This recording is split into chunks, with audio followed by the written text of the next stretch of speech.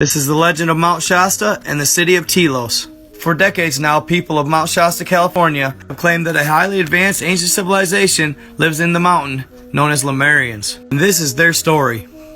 Around 25,000 years ago, the Atlanteans, who lived in Atlantis, and the Lemurians from Lemuria, broke out into an all-out nuclear war over differing ideologies.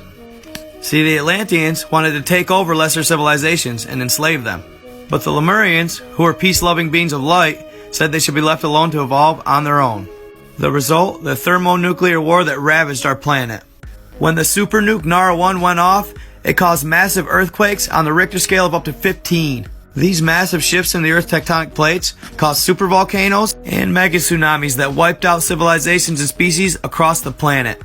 Once the cataclysm started, the fighting stopped. They realized what they had done, but it's too late. Part 2. This is the legend of Mount Shasta, Inner Earth, and the Agartha Network. After the nuclear war, Atlanteans and Lemurians realized they became victims of their own aggressions. As each of their land lay in ruins, they would eventually sink, Lemurians first. Atlantis would follow suit almost 200 years later. This is when both tribes approached Shambhala the Lesser and asked to be a part of the Agartha Network. They did this knowing they only had a couple thousand years until the Great Flood. This network consisted of 120 underground cities that had been in the making for almost 100,000 years. Following the loss of the continent called Hyperborea, which means land of the giants, where races stood sometimes 20 to 30 feet tall. They vacated Hyperborea because the Earth lost its mantle as a result of the First Galactic War. This caused the Earth to be polluted with radioactive waves, the likes of which she'd never seen before. So in order to survive, they moved underground as species have since the beginning of time. Millions inhabit it today. Episode 3 next. The Legend of Mount Shasta, the Agartha Network, Part 3. Shortly after the fighting between the Atlanteans and Lemurians stopped, their homelands gave way, sinking to the bottom of the ocean. Due to this, each party wasted no time in petitioning to join the Agartha Network. But before they could join Inner Earth and its people, they had to pass just one test. Basically, they had to show that they had learned from the war and learned from the oppression caused by it. They had to convince the head council of this, which contained one member from each species tribe. The number of different civilizations down there was vast, from giants to elves, even gray aliens, fairies, and though they were very few, there was tribes of ancient mankind. And after heavy debates, Lemurians and Atlanteans were allowed in the Agartha Network. Upon approval, Lemurians and Atlanteans began work immediately. The Lemurians choosing Mount Shasta for the destination of their great city of Telos. Here's why, Episode 4. Antediluvian war theory and the evidence to support it. Antediluvian meaning before the biblical flood. It's basically a theory stating that a nuclear war happened between two higher beings on Earth causing the biblical floods. And here's some evidence to support it. A few years back in 2016, mysterious subatomic particles started spewing up from the Antarctic shelf. These particles are called neutrinos, and they're elusive subatomic particles created in a wide variety of nuclear processes. They're trying to blame it on radioactive chlorine from the 50s, but I ain't buying. I believe it could be the results of a nuclear war that happened pre-Noah's Ark. Basically, warming of the Arctic shelf is releasing remnants of the war.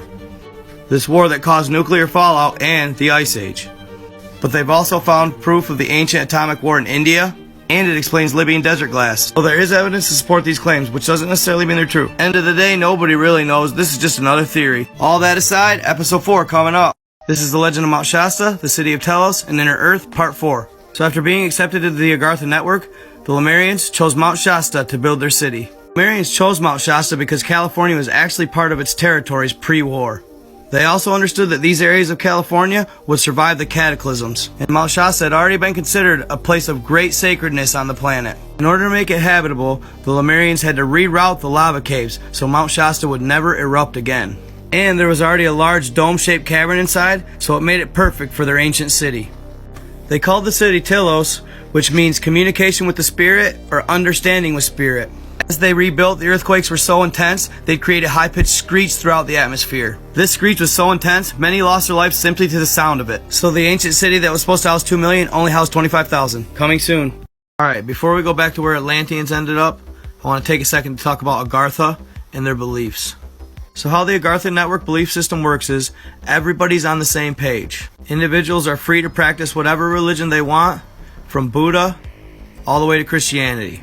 So at the end of the day, Middle Earth has no base religion. They believe in what is called the Source. The Source is an inexhaustible energy that creates and sustains all life. They lived in unison with the Source and with each other. They believed in one love and that all were equal. This was God's love to them.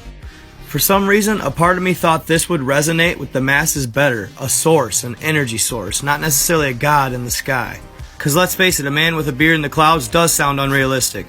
It's the energy within us that creates karma, that creates vibe. What do y'all think of the Source? Comment below. Legend of Mount Shasta, City of Telos, and Hollow Earth. Part 5. We as surface dwellers like to think we're actually here alone, but we're not.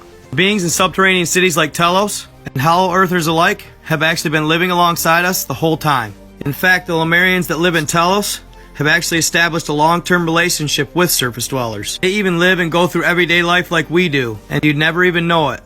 It could be your coworker, your boss, or even your best friend.